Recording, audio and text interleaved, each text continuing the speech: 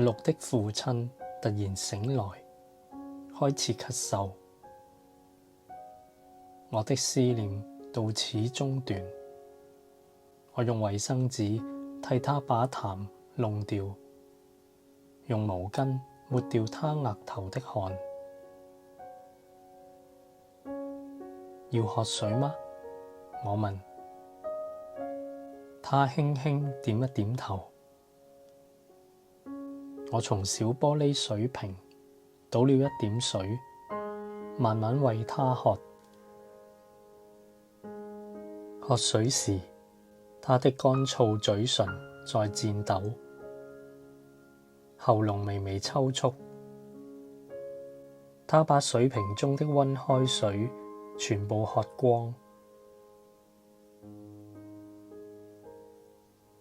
還要喝嗎？我問。他好像想說什麼。我把耳朵湊上去。他用乾澀的微小聲音說：夠了。聲音比剛才更乾更細。要吃點什麼嗎？肚子餓了吧？我問。他父親又點了點頭。我學阿綠所用過的轉動把手，弄高床位，把蔬菜、果凍和炆魚用湯匙一口一口交替着餵他，花很久時間才吃了一半。他搖搖頭，表示不想吃了，彷彿用力搖頭會痛的樣子。他只稍微擺動一下。我問他要不要吃水果，他說不要。我用毛巾抹抹他的嘴角，把床放回水平位置，把餐具放出走廊外面。好不好吃？我問他。不好，他說。看樣子的確不怎麼好吃。我笑着說。他不說什麼，只是用一雙半開半閉的困惑眼睛一直看我。我默然想到，這人是否知道我是誰？他看起來跟我兩個在一起時，比起跟阿綠在時輕鬆一點。也許他誤以為我是另一個人。若是這樣，反而令我感激。外面天氣很好，我盤腿坐在圓椅上。現在是秋天，又是禮拜天，天氣又好，無論去哪兒都人山人海。這種日子最好就像這樣在屋裏悠哉悠哉的，不會疲倦。到人多的地方只有淚而已，空氣又不好。星期日我通常都洗衣服，早上洗了，拿到宿舍樓頂曬乾，傍晚以前收回來燙好。我不會討厭燙衣服哦。將皺巴巴的東西弄得服服帖帖，非常舒服的事。我很拿手燙衣服哦。起初當然弄不好，越燙越皺，不過1個月就習慣了。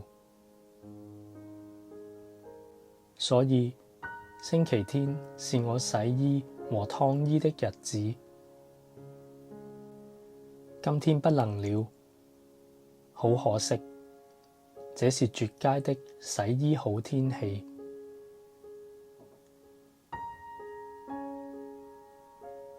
沒關係，明天早點起來洗好了，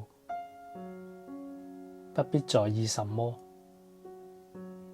橫豎星期天，沒別的事情好做。明天早上洗衣曬好後，我去上10點的課。這堂課和阿陸一起上的，叫演劇史2。目前在講歐利彼得斯。你知道歐利彼得斯嗎？他是古希臘人，跟艾斯鳩洛斯、索福克斯勒並稱為希臘悲劇的三巨匠。傳說他最後在馬克德尼西被狗咬死，不過也有不同版本的說法。這就是歐利彼得斯。我比較喜歡索福克斯勒，當然這是個人喜好問題，不能一概而論。他的戲劇特徵是把各種事物亂七八糟的擾亂，造成動彈不得的局面。你明白嗎？不同的人物出場，各人對不同的事情有不同的理由解釋，各人照自己的方式追求正義和幸福，結果造成所有人進退維谷的情形。說的也是，用大家的正義來達成所有人的幸福，在原理上是不可能的，因此造成混沌一片。你知道怎麼解決嗎？說起來又太簡單。最後神出來了，然後整頓交通。你走那邊，你來這邊，你和他一起走。你站在那裡，暫時別動，就像一個調停者，然後一切迎刃而解了。這就是解圍之神。在歐利彼得斯的戲劇中，經常出現解圍之神。由此可見，他的評價如何了。不過，如果現實世界中有這種解圍之神，那就輕鬆了。當你覺得進退維谷時，神從上頭偏偏降臨，替你處理一切，沒有比這更好的了。總之，這就是戲劇史2。我們在大學裡通常就是念這些東西。我在說話期間，阿陸的父親一言不發地茫然看着我，我無法從他的眼神判斷，到底他是否稍微理解我所說的話。和平，我說。說了那麼多，肚子餓起來，是因為早餐幾乎沒吃，中午的定食也只吃了一半的緣故。我很懊悔午餐沒好好吃，可是懊悔也無濟於事了。我想從櫃子找找看有什麼吃的沒有，但只找到一罐紫菜、一包咳糖和醬油。紙袋裡面有黃瓜和西柚。我餓了，你不介意我把黃瓜吃了吧？我問。阿綠的父親什麼也沒說。我到盥洗盆那裡把3條黃瓜洗乾淨，在碟子裡倒了一點醬油，用紫菜包住黃瓜，沾了醬油，刷刷聲吃起來，很好吃。我說，簡單、新鮮、有生命的香味，很好的黃瓜，比起奇異果更實在的食品。我吃了一條，又開始吃第2條，聽起來很舒服的刷刷聲響遍整個病房。吃完2條黃瓜後，我終於舒一口氣，到走廊上的煤氣爐煮開水，泡茶來喝。要不要喝水或果汁？我問。黃瓜，他說。我笑了。好的，要包紫菜嗎？他點點頭。我再把床升高，用水果刀把黃瓜切成容易入口的大小，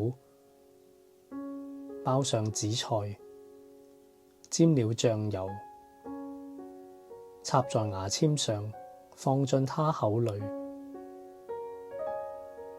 他的表情幾乎沒改變，慢嘴細嚼地，然後把黃瓜吞下去。怎樣？好不好吃？我嘗試問。好吃，他說。食物好吃就好了，那是活命的象徵。結果，他把整條黃瓜吃完了。吃完黃瓜，他想喝水，我便把水瓶的水倒給他喝。喝完水不久，他想要小便，我從床底下拿出尿瓶，把瓶口貼在他的陰莖前端。我去廁所把小便倒掉，用水洗乾淨尿瓶，然後回到病房，把剩下的茶喝掉。覺得怎樣？我問。有一點，他說。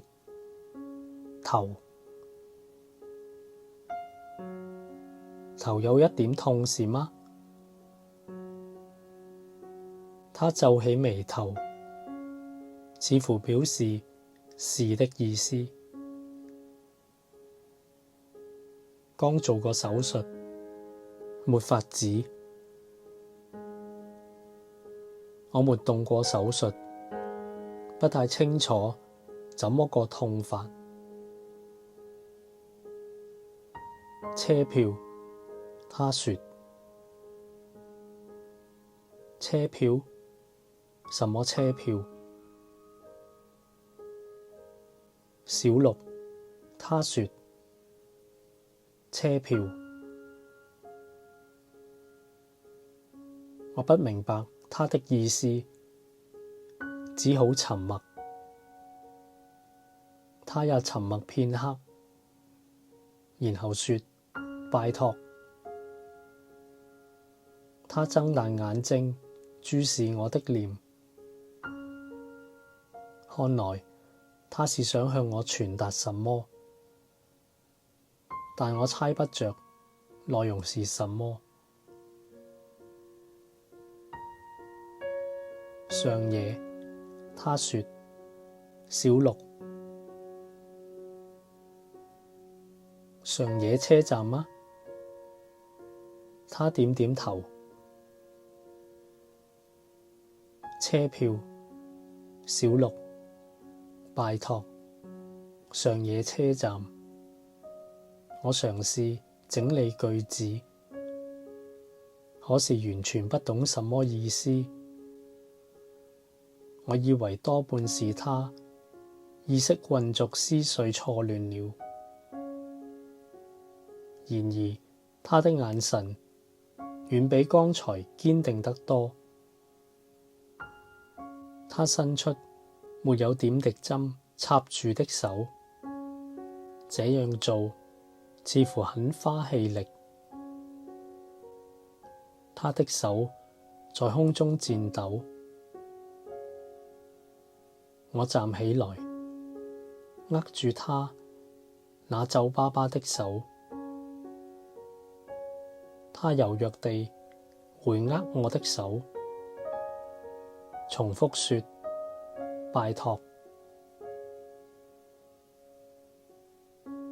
我說我會處理車票和小鹿的事，不必擔心。之後他才把手放下，疲倦地閉起雙眼，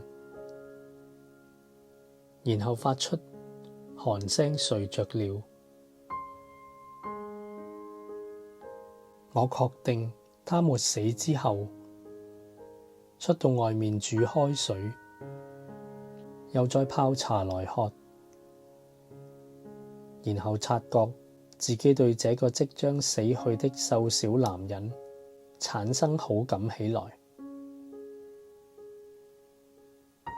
過了一會，臨床病人的太太回來，問我有沒有問題。我回答說沒問題。她丈夫發出安詳的呼吸聲，沉睡着。3點多，阿鹿回來了。我在公園裏發呆。他說：依你所說的，獨自無語，腦袋空空如也。怎麼樣？謝謝，我覺得輕鬆多了，雖然還有點怠倦，比起以前身體輕盈得多。看來我比自己想象中更累。他父親睡得很熟，沒有別的事情做。我們到自動販賣機買咖啡，拿到電視室去喝，然後我把阿鹿不在期間所發生的事一一向他報告，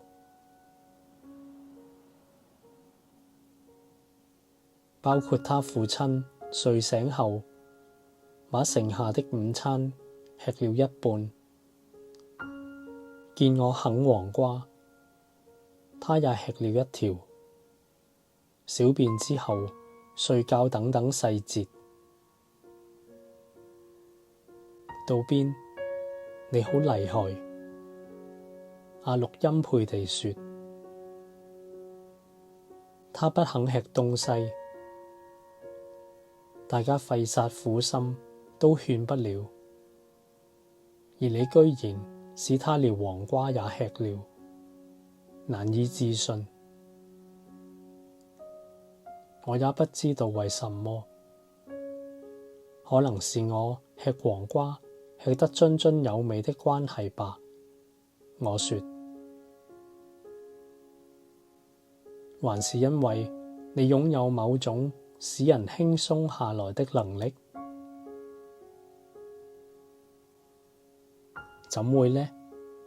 我笑了。說相反意見的人倒是很多。你覺得我爸爸怎麼樣？我喜歡他，雖然沒有特別談些什麼，但總覺得他的心地很好。他聽不聽話？非常聽話。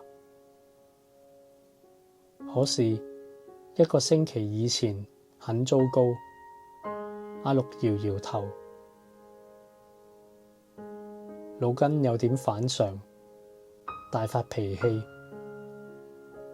向我擲杯子，罵我混蛋，去死吧什麼的。這種病時常會這樣，我不曉得為什麼。某個時期會變得非常壞心眼。我母親那時候也是這樣。你知道她對我說什麼嗎？她說，你不是我的孩子，我最恨你。我的眼前一陣黑呀。那是這種病的特徵。據說有東西壓迫腦部，使人焦躁，然後胡說八道。我也明白的。然而，即使明白，畢竟還是受傷了。我這麼拼命照顧他，為何還對我講那種話？所以心灰意冷了。我了解的，我說。接着我記起他父親說的幾句莫名其妙的話。車票？上野車站？阿六說。他指什麼說的？我也不懂。還有，他說拜託小六，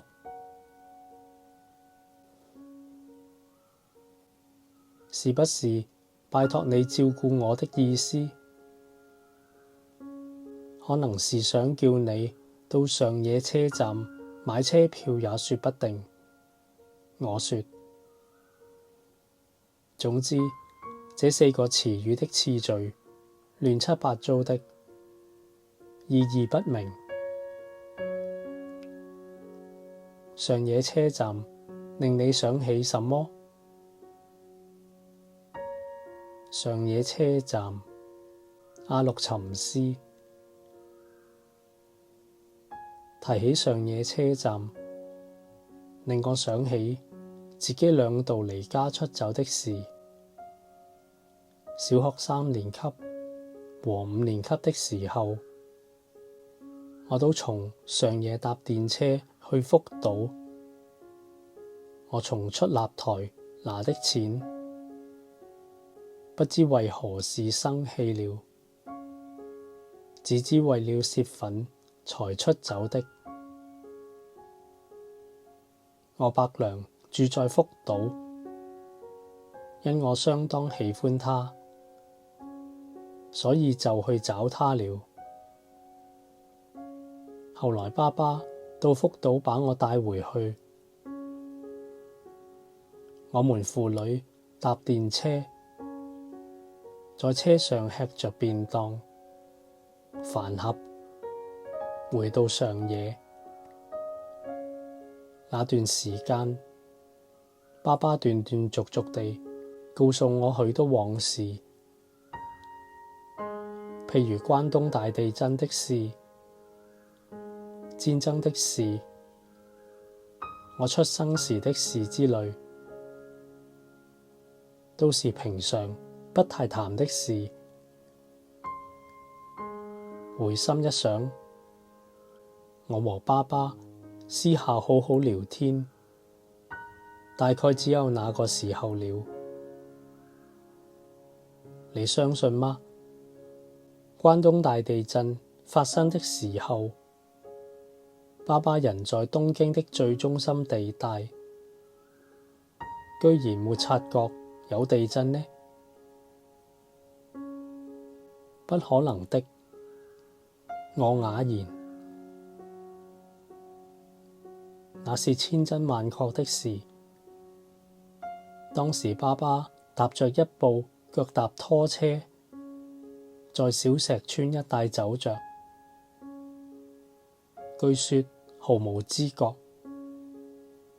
回到家裏一看，那附近屋宇的瓦片全都掉了，家人緊緊抱住柱子發抖。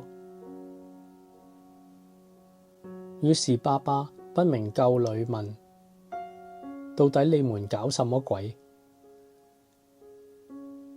這就是他對關東大地震的回憶。阿陸說着，笑了起來。爸爸所說的往事，全都是這種方式的，毫無戲劇性可言，全部移了位不對頭。聽他說起那些事，你會覺得這50-60年來，日本從未發生過一宗大事。提起226事件和太平洋戰爭，他會問你：有這些事發生過嗎？總之，很可笑就是了。從福島回到東京的路上，他就是零零星星的告訴我這些，最後總是這樣說：小陸，到處楊梅一樣花，你跑去哪兒都一樣的。他這樣說時，我覺得他很孩子氣。這是你對上野車站的回憶？是啊，阿陸說。渡邊，你有離家出走過嗎？沒有。為什麼？我從沒想過要離家出走。你這人真與眾不同。阿陸擰擰頭，似乎很欽佩地說：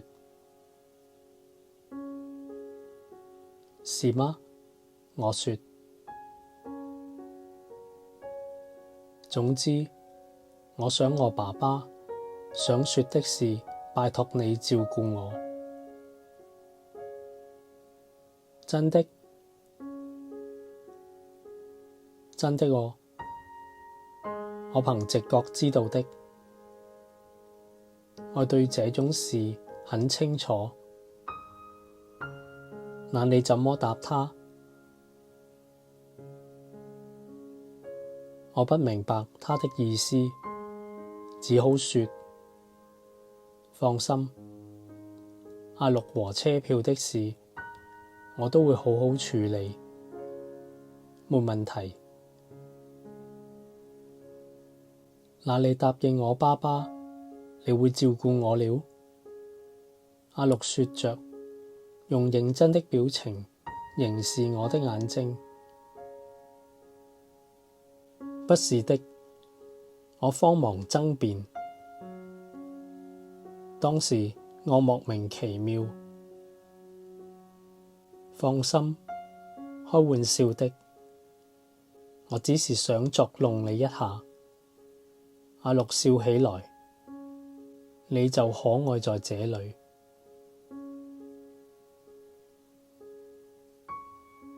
喝完咖啡，我和阿綠回到病房，他父親還在沉沉大睡，耳朵湊近去，傳來微笑的呼吸聲。窗外漸有秋意的陽光，溫煦而寧靜地改變了大地色調。鳥群飛來，停歇在電線上，然後四散而去。我和阿綠在房間角落並肩而坐，天南地北地閒聊。他看我的長相，預言我會活到105歲，結婚3次，死於交通意外。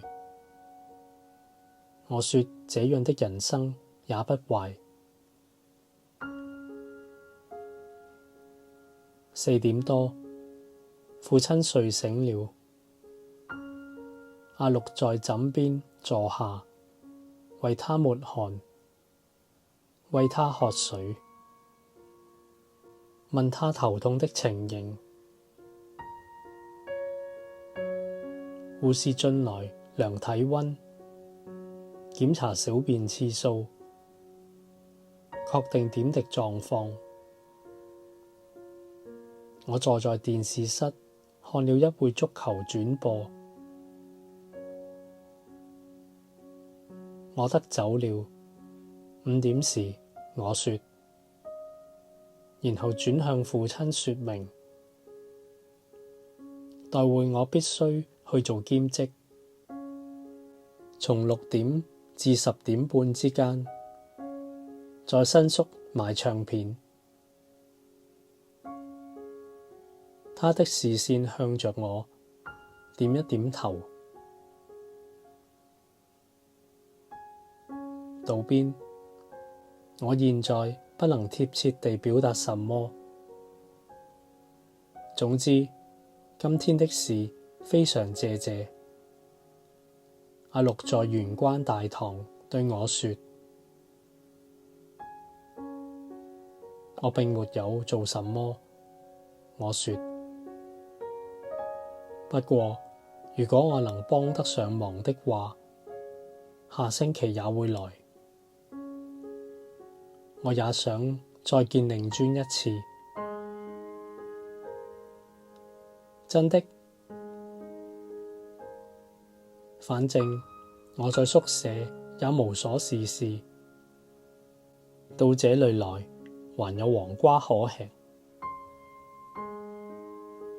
阿綠盤起蘿蔔，用鞋跟落落聲敲着地板。下次我想再去喝酒。他側側頭說，色情電影呢？看完色情電影才去喝酒。阿綠說，然後像往常一樣聊一大堆3級話題。我沒說什麼下流話，是你在說的。我抗議，誰說的有啥關係？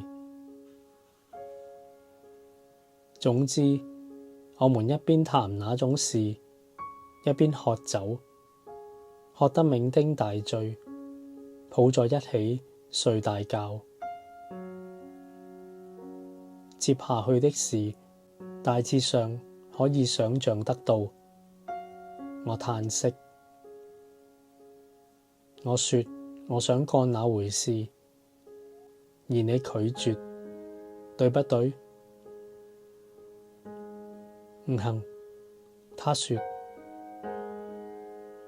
總而言之，下星期日你像今天這樣來接我，然後一塊兒來這兒吧。我無奈地點點頭。穿長一點的裙子？對，我說。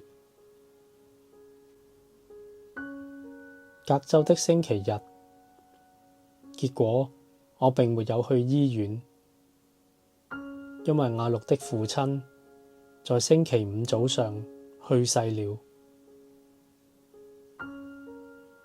那天早晨6點半，阿綠打電話來通知我的，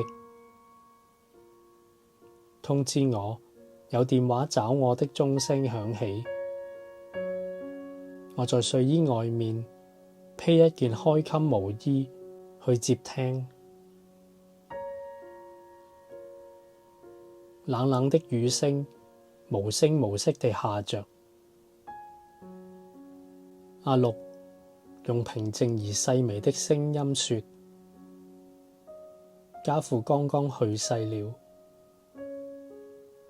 我問他：我能幫些什麼忙？